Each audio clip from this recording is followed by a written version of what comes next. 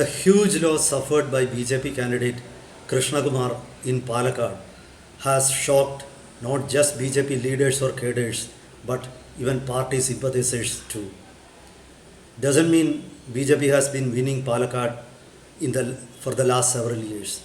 In fact, the BJP has not won the Palakkad seat. The party, in the last few years, the party has been able to finish as the runner-up. But then why party leaders, cadres and even sympathizers are appalled by this result this time? It is because, you see, the margin of victory of Congress candidate Rahul Mankoottathil. This is what shocked BJP leaders and cadres. Mr. Rahul Mankoottathil won by around 18,000 votes. You know, the BJP has been increasing their vote percentage in Palakkad during the last several elections. Then why did it happen? Is it because of the exit of BJP leader Sandeep Varier? I don't think so. In fact, the BJP has rarely performed well in bypolls in Kerala, that's true. But why did it happen so? That is because the BJP lacks organization strength. There is no other reason for that. So when there is a by-election, you know, leaders, cadres and resources from all parts of the state of every party concentrates in the constituency. But when such a concentration happens, if the BJP goes backward, it means the party's organization machinery, the party's leadership lacks strength and vision and gumption. So now it is clear. The BJP state leadership cannot blame pass the buck to someone else. Actually, the buck stops with BJP state leadership. Though many BJP sympathizers didn't agree with Sandeep Varier when he left the BJP, they had agreed to the problems, the issues he raised. He said he blamed the state leadership of ignoring party, middle level leaders, district level leadership, acting on their own whims and fancies, and failing to take into consideration the realities. So from the result, it seems that Mr. Varier's arguments have some valid points. But I don't think Mr. Varier has been able to take away votes from the BJP. The shocking thing at Palakkad is the difference of votes between the BJP candidate C. Krishna Kumar and the LDF candidate Dr. Sarin, who finished the third, was less than 3,000. This is actually a reminder to the BJP that if you finish runner-up, there is no problem. You cannot always win. But if you are relegated to the third position, then it's going to be tough because you have to come second first. Then only you can think of winning. So BJP is really facing that danger. Let's take a closer look into what happened in Palakkad. Welcome to Insights. I am Hari Kumar. You know, and in Palakkad, this time the Congress candidate Rahul Mankoottathil, who is the state president of Youth Congress, got around 58,000 votes.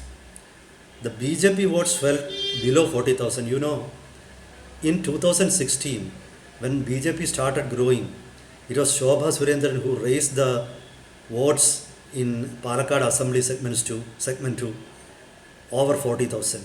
So it has fallen below that. In 2016, 2021 and in 2024, the BJP vote tally never fell below 40,000, but this time it happened. So that is something to worry for the BJP state leadership. And you know, the second factor is the CPIM had been progressively losing their votes. They used to get some votes many times less than 30,000 in the last few elections. This time, their candidate got nearly more than 36,000 votes. So he was actually a turncoat. Even a turncoat Even when there was opposition to Dr. Sarin in CPIM, he was able to gain that many votes. So that proves that he is a man of some influence. You cannot dismiss it. You see, words speak. You can always indulge in wishful thinking and use some cooked up statistics to prove that you have not lost anything. But your words tally always speak the truth. It you cannot hide it. So that way you cannot dismiss Sarin. That has been proved. But Krishna Kumar, I have been told by sources in the BJP that RSS actually was not happy with Krishna Kumar. His wife is a municipal councillor, and both Mr. Krishna Kumar and his wife are not very popular among BJP RSS cadres. The RSS had actually an axe to grind with him. They were not happy with him. Though in the final stages, even media, which is generally antagonistic to the BJP, said that RSS was very active in the campaign of Krishna Kumar. I think that didn't work.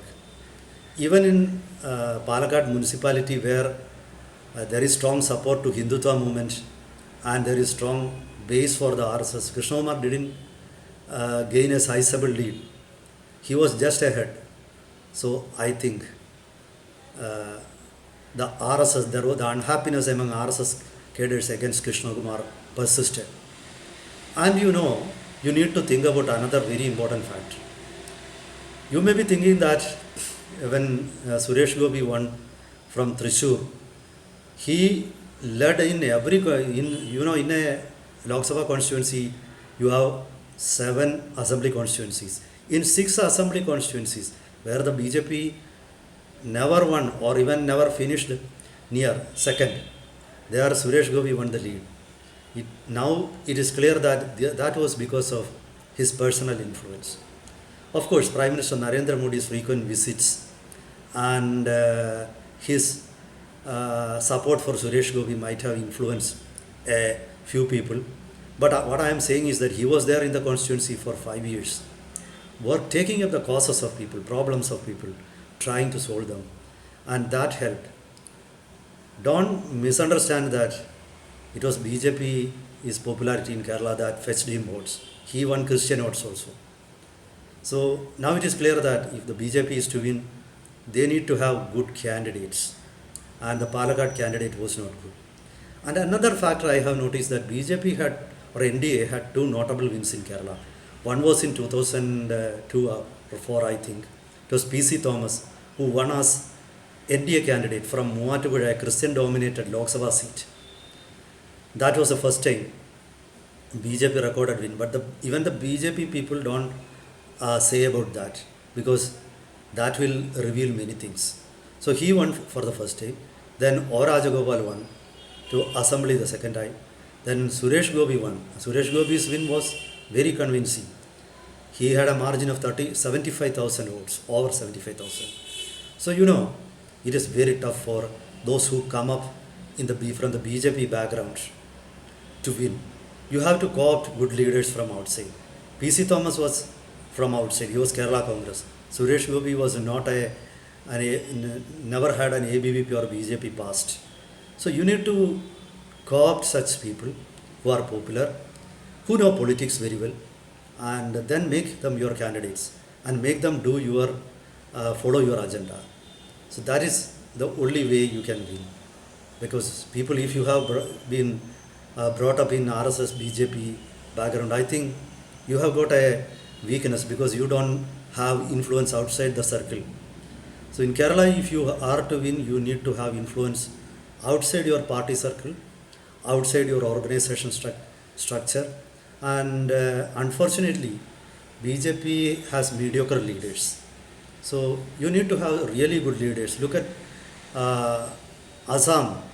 Himanta Biswa Sharma is single-handedly responsible for the repeated victories of the BJP. He came from the Congress. Similarly, in other parts also you find many such leaders.